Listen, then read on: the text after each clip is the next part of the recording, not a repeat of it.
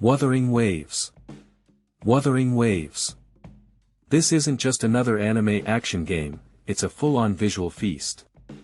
The world's so stunning, forests, fields, sunsets, your jaw hit the floor. And don't even get me started on the waifus. Steam's obsessed, 89% positive reviews. You play as Rover, an amnesiac waking up in a post-apocalyptic world, figuring out who you are while punching monsters and unraveling ancient mysteries. Combat slick, fast combos, parries, swapping between 3 characters, plus an echo system to summon defeated enemies. Straight up fire. The open world's huge but super fluid to explore. Wall running, gliding, grappling hooks, parkour, stamina's unlimited, so you're basically Sonic on caffeine. Chests and puzzles everywhere. And the gacha? Shockingly generous. An 80 pity guarantee for a 5-star. Wild. New players get free pulls and a selector ticket to grab a top-tier character. Hardcore players say you can build a killer team without spending a dime, and the combat/world are addicting enough to log in daily. Or, you know, one-handed gaming might be the reason. Hard to tell. Alaloth, Champions of the Four Kingdoms. Alright, check out Alaloth, a brutal mix of old-school Baldur's Gate vibes and Dark Souls-level combat. You're the champion, tossed into the fray to take down Alaloth, the god who wrecked the 4 kingdoms of humans, elves, orcs, and dwarves. Your job? Get strong, find this god, and punch his lights out. Simple. Combat slick, isometric but tight. One slip up, and you're dancing with death. Combos, blocks, dodges, magic, it's punishing but satisfying. Leveling up isn't just XP grinding, you clear arenas to earn stats, talents, and spells. But points are scarce, so you gotta think hard about your build. The world's open-ended, cities with lively NPCs, dungeons full of traps, loot everywhere. And replayability? Insane. Race and clan choices matter. Elves are agile and magical but hated in human towns, some quests just lock for them. Orcs are tanks, but NPCs snub them or start fights. Clans add even more depth, pick the Dwarven Ironbreakers, and you get exclusive quests and gear, but rival clans will despise you. Steam reviews say every playthrough feels fresh, one run you're a gnomish merchant with black market access, the next you're an Orcish thug everyone fears. Seriously, give it a look. Voin. Next up, Voin, an underrated gem. Not just a slasher, but a radioactive cocktail of Doom and Dark Souls, where a grim fantasy world meets brutal, fast-paced combat. Crumbling castles, cursed forests, eerie caves, all crafted with love. You play as the warrior, a lightning-forged spirit created by a mage to purge a plague devouring the world. Goal: kill hordes, loot, smash bosses. The combat's a blast, first-person chaos where swings, dashes, and lightning spells turn enemies into paste. The world's massive too, with fully explorable zones. See that cliff? Yeah, you can climb it, and there's probably a sweet chest up there. Weapons feel unique, from Necro-Aura swords to meteor summoning rings. Even traversal's smooth, sheathing your weapon lets you sprint, so huge maps never feel slow. It's stupidly addictive. Game of Thrones, Kingsroad. And now, the road to Westeros. Game of Thrones, Kingsroad is divisive. On one hand, the world nails the vibe, Winterfell's dreary halls, the wall's looming presence, but the graphics sometimes scream mobile port. Because, yeah, it's on phones too. You play as a bastard of House Tyre, a minor northern clan, clawing your way up while White Walkers and Lords do their thing. Quests hinge on choices, side with Jon Snow, and you unlock Night's Watch missions, survival gear, and secret paths, but Southern Lords side-eye you, and merchants jack up prices.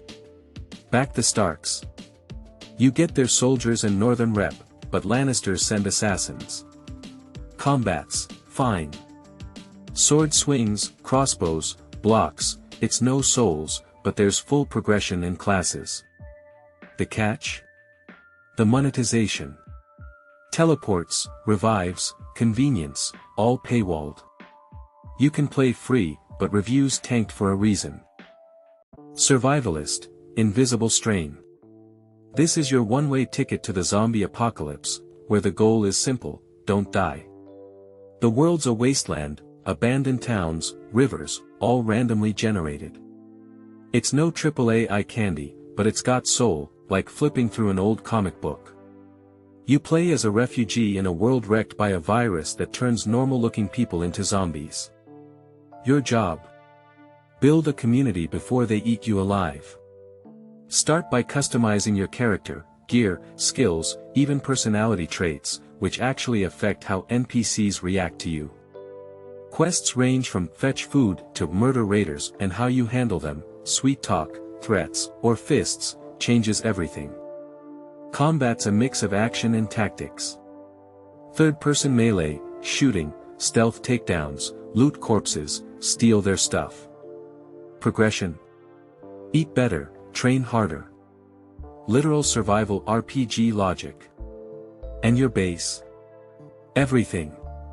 Build farms, workshops, keep morale up, neglect it, and your people bail or starve. The world feels alive, too. NPCs have routines, get pissed if you mess up. Oh, and there's 4-player co-op. If you loved State of Decay or Kenshire, this'll hit the spot. TES4 Oblivion. I mentioned Oblivion earlier, but no way we're skipping this legend. It's like time traveling to my 2006, but with a facelift so smooth, it's like the game got Botox. The world's now 4K on modern hardware, gorgeous enough to make your eyes water, or maybe that's the frame rate drops, this thing's hungry. For the uninitiated, you're a nameless prisoner who crawls out of a sewer into a cult's plot to open gates to hell, Oblivion. Your job? Close M, while choosing to be a mage, thief, or just a dude with a sword. Quests are the heart of the game. Steal trinkets for the Thieves Guild, assassinate for the Dark Brotherhood, or ignore the main story and go cave diving. Combat's smoother now, swing swords, cast spells, shoot bows, but it still feels like Oblivion. Leveling's classic, use skills to improve them, but don't forget to sleep to level up. The open world? Packed. Dungeons, ruins, castles, enchanted loot in every corner. Even running feels better now. A masterpiece, no question. The Quinfall. What if I told you there's an MMORPG with a 2016 square kilometer world? And no, it's not EVE Online, it's the Quinfall, where devs tried to reinvent World of Warcraft, and kinda face-planted. You're a no-name hero saving the world from chaos, while trading, fighting, and fishing. Professions? Tons. Quests. Classic kill X, fetch Y with occasional branching rewards, help a clan, get horses, betray someone, tank your rep. Combat's a janky mix of action and button mashing. Swing swords, fire arrows, but animations are stiff, like your character's made of plywood. There's progression, gear, all the MMORPG staples, and yes, microtransactions, cosmetics, boosts, the usual suspects. Oh, and the cheaters? Devs seem to pat them on the back instead of banning them. Pay-to-win vibes are strong here. But credit where it's due, the ambition is there. Maybe someday it'll be good. Maybe. Avowed. This one's an underrated gem, Avowed. It's got mushrooms, muskets, and a world that feels like someone spilled neon paint all over a medieval fantasy setting. The game's set on an island in the same universe as Pillars of Eternity, packed with forests, caves, and trippy flora. Visually? Gorgeous. But heads up, it's Unreal Engine 5, and yeah, it'll chomp through your GPU like I demolished dumplings at dinner. You play as an envoy of the Etter Empire, sent to deal with a supernatural plague driving people insane. Sure, there are side quests, but honestly, skip M. The real meat here is combat. The devs went all out. You can mix swords, magic, crossbows, wands, whatever fits in your hands. Just smash, blast, or stab anything that moves. Progression ties into it too, skills level up as you use them, and there's classic talent trees, strength, agility, magic. Pump points in, unlock abilities like fire waves or poison storms. Wanna be a battlemage with an axe? A stealthy archer? Go nuts. Builds are that flexible. Lost skies. Imagine Sea of Thieves, but swap the ocean for the sky, and your ship's a rickety airship held together by duct tape and magic. The world's a bunch of floating islands with ruins, forests, and honestly, it's pretty. You're a survivor in a shattered world, literally, scraping by to stay alive. The big draw. Airships. You scavenge wood, scrap, and atlas, a magic dust that somehow makes physics cry, then build your ship piece by piece. Want a nimble skiff to dart between cliffs? A hulking gunship? You'll place every part, sails, engines, cannons, even the dang dinner table. Materials matter too, aluminum's light but weak, lead's sturdy but heavy. Mess up? Congrats, your ship flies like a drunk pigeon. Sails move you, but you gotta raise them manually. Fun at first, but after the 50th time. Ugh. Engines give thrust but guzzle fuel. Tilt M wrong, and your ship lists like a frat kid after last call. I built 2 ships in 10 hours, and yeah, it's a blast, especially with friends, co-ops here. Haste. Haste throws you into endless, procedurally generated worlds, mountains, volcanoes, deserts, all built for one thing, speed. It's a runner at heart. You play as Zoe, a courier girl sprinting through collapsing realms to, figure out why they're collapsing. Honestly, forget the plot. The thrills in the movement. You'll dash down slopes, leap off cliffs, and pray you stick the landing. Timing's everything, graze the ground mid-stride to boost speed, but miss? Game over. There are 4 landing tiers, perfect, speed boost, good, meh, okay, speed loss, and bad, just restart. Faster clears equals higher ranks equals more currency for cosmetics. Each chapter ends with a boss fight, 2 are awesome, 1's a snake, we don't talk about the snake. Now, full disclosure, this isn't a true open world. But the levels are so vast and fluid, you'll never feel boxed in. Monster Hunter Wilds. Alright, this is Monster Hunter, but now with a full open world that'll test 2 things, first, your wallet, because yeah, it costs a lot, and second, your GPU, because it's hungry. Reviews are still mixed, but the game itself? Honestly fun. Packed with stuff to do. You're a hunter. You hunt to upgrade. You craft better gear to kill even better. You improve, but there's no real point, no grand story, no climax, just the grind. Camp. Hunt. Loot. Repeat. Oh, and the monsters. They're not even evil. They just exist. You're the jerk with a knife messing up their ecosystem. Fun fact, if you don't show up, they'll just eat each other. The world feels alive, monsters hunt, fight, and sometimes brawl during your fights. It's chaos in the best way. And thank God, no more sprinting everywhere on foot. Wilds gives you a bird bike, called a secret, but let's be real, it's a chicken motorcycle. Without it, exploring this massive world would be painfully slow. Assassin's Creed Shadows.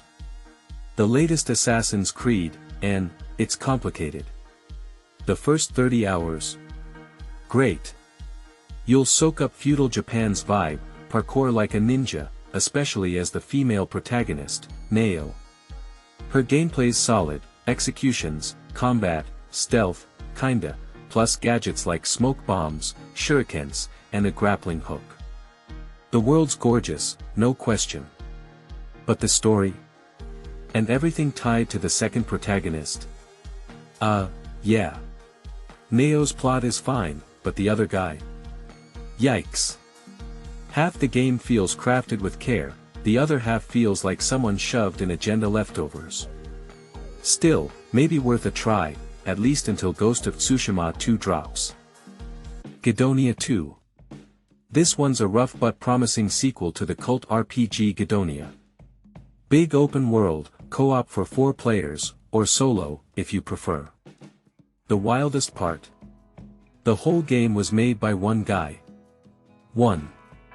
And it shows passion, thoughtful world building, decent RPG systems, legitimately good side quests, some hit harder emotionally than main stories.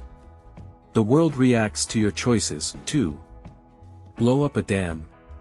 Congrats, you just flooded the valley you were walking in 5 minutes ago. Yeah, the graphics are low poly, but who cares? Games with amazing graphics are everywhere, games with actual soul. Rare. This one's gameplay first, just needs some polish. Pathologic 3, Quarantine. Let's talk about Pathologic 3, Quarantine, or the plague in our localization. This game carries on the legacy of its predecessor, plunging us into a bleak, mysterious world where epidemic, social conflicts, and moral choices take center stage. Right now, it's just a free prologue, a small taste of the full Pathologic 3 experience, but it already delivers that signature melancholic atmosphere that's strangely addictive. Not boring melancholy, but the kind that grips you. The world features gloomy streets and grey houses built on Unreal Engine with stylish visuals that clearly surpass the second game. You play as Daniil Dankovsky, a young doctor who abandoned a prestigious lab in search of immortality, only to end up in this plague-ridden hellhole. In this several-hour prologue, you'll wander the local area trying to treat the town's drunkards. The medical system is brilliant. You open a medical journal and start interrogating patients about symptoms, coughing, fever, rashes, then examine them, is that jaundice or just factory grime? Every action consumes time, which is precious, as townsfolk are dying like flies. Check veins for bruising, cross-reference symptoms, and make tough calls. Get it wrong, and patients die while you're left feeling like a failure. In just a few hours, I examined several patients, each case like a puzzle. One guy swore he didn't drink, but finding a bottle in his house quickly changed the diagnosis. This isn't simple point-and-click doctoring, you'll think like a real physician. The living world heightens the experience. NPCs have routines, get angry if you fail them, and the town feels genuinely infected. Extremely compelling stuff. Tokyo Xtreme Racer. Now for some seriously satisfying racing with Tokyo Xtreme Racer, like time traveling back to the 2000s with polished graphics. Fans of the genre will recognize this as essentially a Oblivion-style remaster but for racing.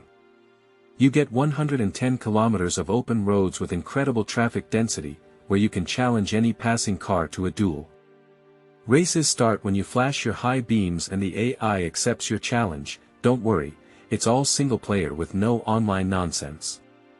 Instead of a finish line, you compete over spirit points, basically willpower meters.